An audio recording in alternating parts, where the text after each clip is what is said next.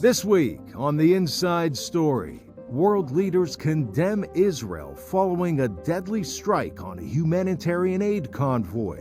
This as we approach the 6-month anniversary of Hamas's deadly October 7 attacks in Israel. And we tell you what you need to know this week about the upcoming U.S. presidential election. Now, on The Inside Story, Flashpoint Israel-Hamas.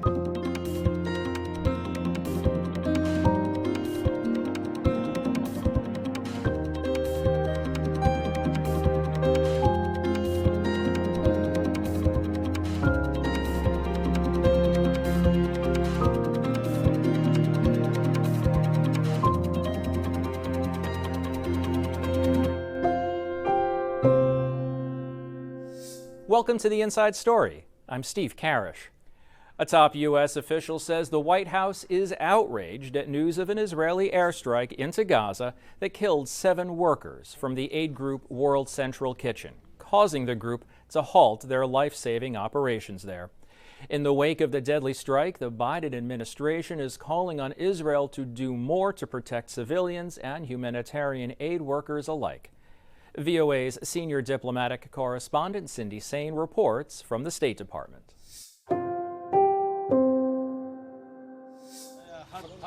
The World Central Kitchen aid group, which feeds people suffering due to natural disasters and wars, says it has suspended operations in Gaza after an Israeli airstrike hit its convoy as it was leaving a warehouse loaded with food. A U.S. official confirmed a dual U.S.-Canadian citizen was among the 7 killed. The armored cars carrying food were clearly branded with the WCK logo. White House National Security spokesman John Kirby had this reaction during Tuesday's press briefing. We were outraged to learn of an IDF strike that killed a number of civilian humanitarian workers yesterday from the World Central Kitchen, which has been relentless in working to get food to those who are hungry in Gaza and, quite frankly, around the world. World Central Kitchen is run by celebrity chef Jose Andres. White House Press Secretary Karine Jean-Pierre said President Joe Biden reached out to Andres. The president conveyed he is grieving with the entire World Central Kitchen family. The president felt it was important to recognize the tremendous contribution World Central Kitchen has made to the people in Gaza and people around the world. The president conveyed he will make clear to Israel that humanitarian aid workers must be protected. Standing with his French counterpart on a visit to Paris, Secretary of State Antony Blinken called the aid workers heroes who must be protected. We've spoken directly to the Israeli government about this particular incident. We've urged a swift, a thorough, and impartial investigation to understand exactly what happened. French Foreign Minister Stéphane Séjourné was more direct in condemning the Israeli strike. Allow me, first of all, to express our strong condemnation of the Israeli strike that led to the deaths of 7 humanitarian workers from the NGO World Central Kitchen. Protecting humanitarian workers is a moral and legal imperative that everyone must adhere to. Israel's military on Tuesday expressed sincere sorrow over the airstrike and said officials are reviewing the incident at the highest levels. Relief experts say Palestinian children and families are on the brink of starvation, and this attack will only make things worse. The war between Israel and Hamas began last October 7th, when Hamas militants stormed into southern Israel, killing some 1,200 people. Israel has responded with a 6-month-old offensive, killing some 33,000 Palestinians, according to Gaza's health ministry. Cindy Sain, VOA News, the State Department. World Central Kitchen founder, Chef Jose Andres, responded to the strike in a New York Times opinion piece published on Wednesday, saying, quote, "Israelis know that food is not a weapon of war. Israel is better than the way this war is being waged. It is better than blocking food and medicine to civilians. It is better than killing aid workers who had coordinated their movements with the Israel Defense Forces. In the worst conditions, after the worst terrorist attack in its history, it's time for the best of Israel to show up. You cannot save the hostages by bombing every building in Gaza. You cannot win this war by starving an entire population." End quote. Israeli leader Benjamin Netanyahu called the incident a tragic accident. The U.S.-based NGO, World Central Kitchen, was established by Chef Jose Andres and his wife Patricia following a 2010 earthquake in Haiti to deliver food to survivors. The group has since expanded to provide meals and support to survivors of other disasters, as well as refugees and those affected by conflict. And where there is conflict or disaster, you're likely to find World Central Kitchen. It's served tens of millions of meals in Ukraine alone since Russia's 2022 invasion. According to World Central Kitchen, they've served more than 43 million meals in Gaza, in addition to nearly 2 million in Israel to those displaced by Hezbollah rocket fire from the north. In Gaza, the group is part of the first shipment of aid via sea corridor from Cyprus in March. A second maritime shipment carrying some 332 tons of food was due to arrive in Gaza, but Andre says World Central Kitchen is pausing operations in the Palestinian enclave. Citizens from Australia, Britain, Gaza, and Poland were among the 7 killed in the Israeli strike. On Easter Sunday, from Vatican City in Rome, Pope Francis delivered comments to a packed crowd urging peace and calling for an immediate ceasefire in Gaza.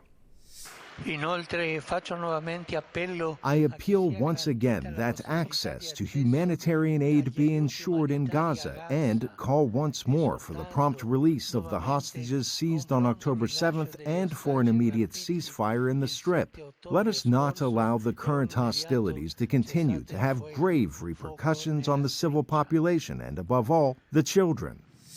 While much of the world is focused on the humanitarian catastrophe in Gaza, the conflict also causes disagreement inside Israel. Israel has ordered a number of Palestinian hospital patients back to the Gaza Strip after they're done with treatment in East Jerusalem medical facilities. VOA correspondent Linda Gradstein leads our team on the ground there. As Linda reports, the order has sparked outcry from human rights groups, and the Israeli Supreme Court has put their transfer on hold. In East Jerusalem's Muqasset Hospital, a room is filled with Palestinian women from Gaza and their newborn babies. One of the mothers got pregnant with twins after 7 years of infertility. But when she developed complications late in the pregnancy, her Gazan doctor sent her here for emergency treatment just before the war started in October. Today, her twins, Abdullah and Odeh, are healthy 5-month-olds. I'd like to go back to my home, and if it was safe to go back to northern Gaza, I would be the first one to go back. But it's not safe. My husband said it's better if I don't come back, even though he hasn't seen his children yet. And where can I get diapers and formula? I'm very scared. These women and their babies, as well as 11 cancer patients in nearby Augusta Victoria Hospital, had already packed their suitcases because they were supposed to be returned to Gaza last week by Kogat, the Israeli army unit which deals with Palestinian civilians. But Physicians for Human Rights, along with 2 Israeli human rights organizations, appealed to the Israeli Supreme Court, which granted a 30-day stay while Kogat explains its reasons for transferring these patients. An Augusta Victoria cancer patient is concerned about his grandchildren in Gaza, but he's afraid it will be impossible to continue his treatment there. Gaza is destroyed and it's very dangerous. There is no way to get treatment there. The Red Cross is taking patients out of Gaza and Israel wants to send us back. How is that possible? Kogat says it is only sending back patients who are not in need of further medical care. But Physicians for Human Rights says Israel is putting them in danger by sending them to a war zone. After chemotherapy and radiotherapy, the body is usually, even if you don't necessarily have another treatment for the next 2 months, for example, your body is still weak, your immune system is weak. And as you know, in Gaza, the whole healthcare system is under collapse. There's no functioning hospitals. There's no doctors are overwhelmed. They cannot treat the cancer patients are being sent abroad. Treatment for Palestinians at East Jerusalem and Israeli hospitals is entirely paid by the Palestinian Authority. The director of the Augusta Victoria Hospital, Dr. Fadia Trash, says that some of his patients have lost family members and homes during the fighting in Gaza. He hopes patients will be allowed to stay at the hospital until there is a ceasefire. There is a catastrophe in Gaza. From all the points of view, there is no food, no electricity, no water, nowhere where they can live in a decent way.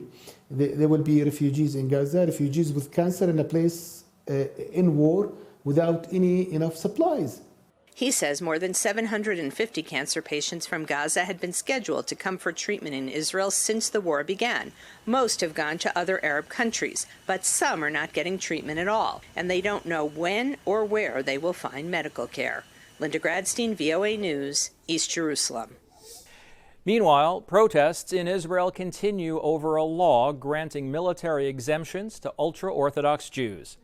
The Israeli parliament issued legislation to make military service for them compulsory, as it is for other Israeli citizens. Most ultra-Orthodox oppose military service and threaten to topple the government if forced to serve. We go back to Linda for more from Israel. Since the beginning of the war in Gaza on October 7th, Israel has called up nearly 300,000 reservists. This was in addition to the regular standing army, in which almost 90% of Israeli Jewish youth serve. In contrast, among ultra-Orthodox Jewish young men, only about 3% are drafted into the Israeli army. This almost blanket exemption from the draft was granted to the ultra-Orthodox so they can study the Torah in religious institutions instead of doing military service. But it is now the subject of heated public debate. Public opinion polls clearly demonstrate that Israelis care deeply about the issue of recruitment and are deeply worried about the exemption for the ultra-Orthodox community, exemption from service. This has been the case before October 7th, and now, given the war situation and the increasing burden on the serving population, this is extremely disconcerting for the majority of the population. The exemption policy was initiated when the State of Israel was founded over 75 years ago.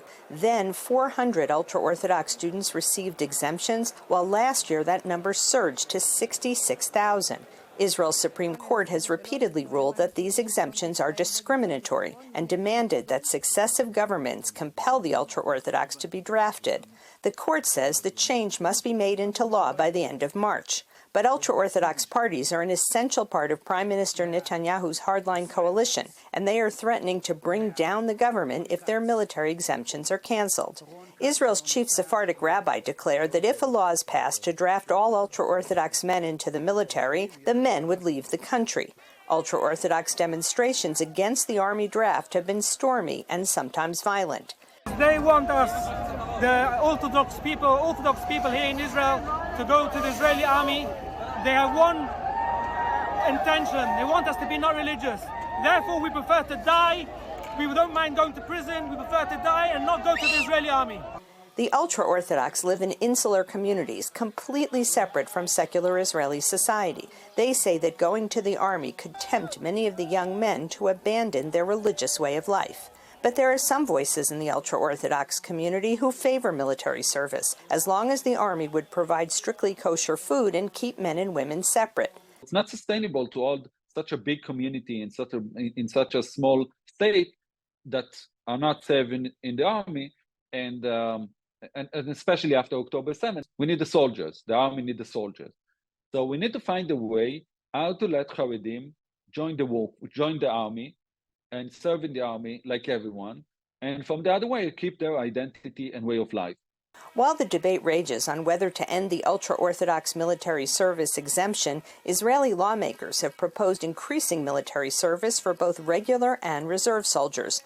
This has brought renewed protests against the Netanyahu government and further raised calls for the ultra-Orthodox to share the burden. Linda Gradstein, VOA News, Jerusalem.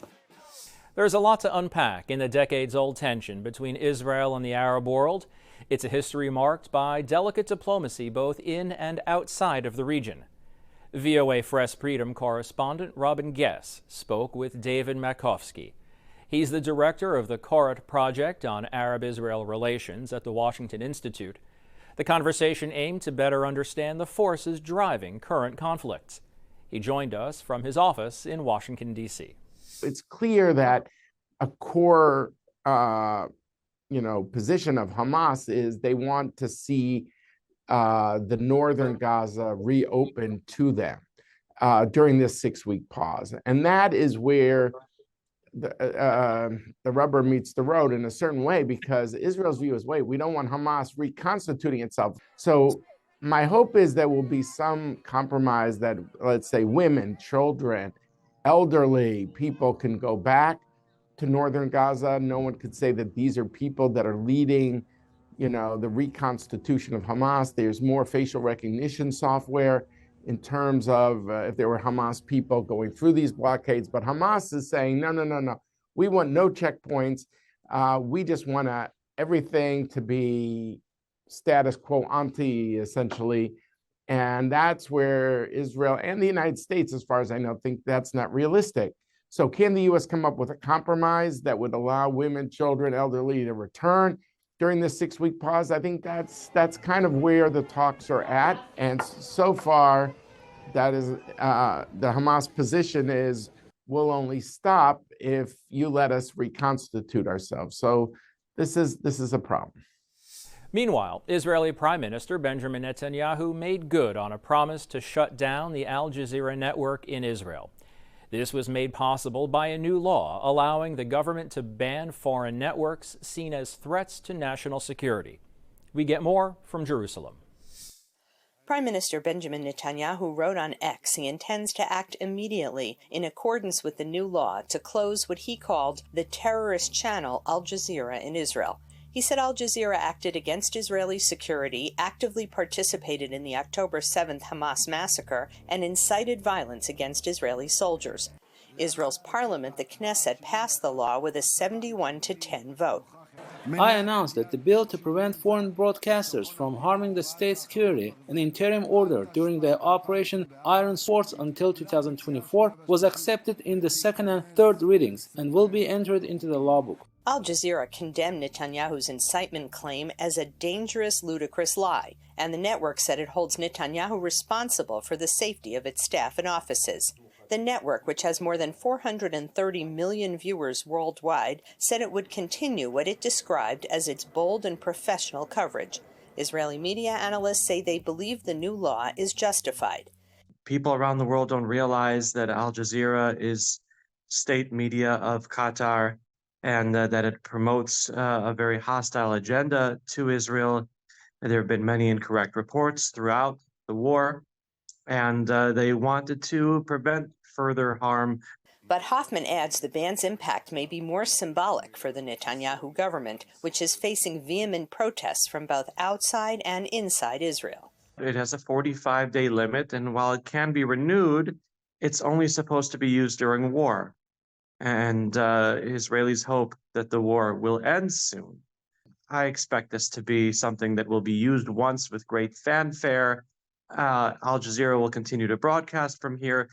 The U.S. administration weighed in. A move like this is concerning. We believe in the freedom of the press. It is critical. It is critically important, and the United States supports the critically important work journalists around the world do. And that includes those who are reporting in the conflict in Gaza. The new law comes as Qatar is trying to broker a deal for the release of dozens of Israeli hostages in exchange for a temporary ceasefire. Some analysts said the new law could complicate those efforts. Linda Gradstein, VOA News, Jerusalem. Despite facing threats, members of Muslim, Jewish, and Christian faiths gathered for an interfaith dinner marking the end of the daily fast for Muslims during Ramadan, the fast of Esther for Jews, and the New Year, or Nowruz, for those who celebrate. VOA's Nilofar Mughal has this story narrated for us by Bezan Hamdrad. Sounds of the Adhan, the Muslim cult of prayer, ring out from speakers inside a Jewish synagogue. This is a scene from a multi-faith gathering marking Ramadan's fast breaking for Muslims, the fast of Esther for Jews, and the New Year, or Nowruz, for those who celebrate it. Rabbi Stuart Weinblatt says this year's gathering is different from the previous years. The world has changed very much since when we had the iftar a year ago. There's a war that's broken out between Israel and Hamas. Despite increased uneasiness over the Israel-Hamas conflict, more than 100 people attended the meal, organized by the American Muslim and Multi-Faith Women's Empowerment Council, or AMWEC, in collaboration with the Combat Anti-Semitism movement. Organizers say fewer Muslims showed up at this year's interfaith Ramadan event, citing conflicting viewpoints on the Israel-Hamas war. Event speakers, however, stressed the importance of fostering interfaith engagement in the United States, combating anti-Semitism and Islamophobia, creating an atmosphere of mutual understanding, and putting an end to divisive language between Muslims and Jews. For Nilofer Moral in Potomac, Maryland, Bejan Hamdard, VOA News. Before we leave you this week, we have a new segment called USA Votes 2024 to update you on the U.S. presidential election. As NATO marks its 75th anniversary this week, the world's largest military alliance and America's role in European security are issues that separate presidential candidates Joe Biden and Donald Trump. VOA correspondent Scott Stearns has more. 75 years after its start, the North Atlantic Treaty Organization remains the most direct U.S. engagement in European security.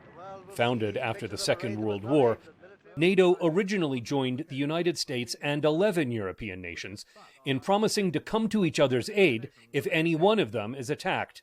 Then U.S. President Harry Truman. If there is anything certain today, if there is anything inevitable in the future, it is the will of the people of the world for freedom and for peace. Russia's invasion of Ukraine, NATO's response, and what it says about America's role in European security separate U.S. presidential candidates Joe Biden and Donald Trump. When he was president, Trump told NATO leaders they were not paying enough for their own protection. The one that benefits really the least is the United States. We benefit the least. We're helping Europe. Europe unites and they go against a common foe. That may or may not be a foe. Can't tell you that. But there are other foes out there also. 5 years later, Trump told a campaign rally in South Carolina that getting tough with NATO members worked. NATO was busted until I came along. I said, everybody's going to pay. They said, well, if we don't pay, are you still going to protect us? I said, absolutely not. They couldn't believe the answer. And everybody, you never saw more money pour in. NATO has grown since the Trump administration. Sweden and Finland joined the alliance in the last year or so, in its biggest expansion since the fall of the Soviet Union allowed Eastern European countries to join NATO. Biden says standing up to Russian aggression together shows NATO is working. Before the war started, I told Putin that if he invaded Ukraine, NATO would not only get stronger, but would get more united. And he would see democracies in the world stand up and oppose his aggression and defend the rules-based order. And that's exactly what we're seeing today. As president, Trump prioritized relations with Russia and Vladimir Putin. Campaigning for a second term, he recalled a NATO leader asking about Russian threats. One of the presidents of a big country stood up and said, well, sir, if we don't pay and we're attacked by Russia, will you protect us? I said, you didn't pay? You're delinquent? He said, yes, let's say that happened. No, I would not protect you. In fact, I would encourage them to do whatever the hell they want. Biden says that approach to European security is dangerous for America. A former Republican president tells Putin, quote, do whatever the hell you want. That's a quote. A former president actually said that, bowing down to a Russian leader. I think it's outrageous. It's dangerous and it's unacceptable. Trump told the conservative British television network GB News that he backs NATO if everyone pays their fair share. If they play fair, if they start to play fair, America's there. Yes, 100%, 100%. Thank you. Biden says NATO is stronger and more united than ever and is central to the foreign policy goals of his re-election campaign. Scott Stearns, VOA News. Catch up on past episodes at our free streaming service, VOA Plus. I'm Steve Karish. We'll see you next week for The Inside Story.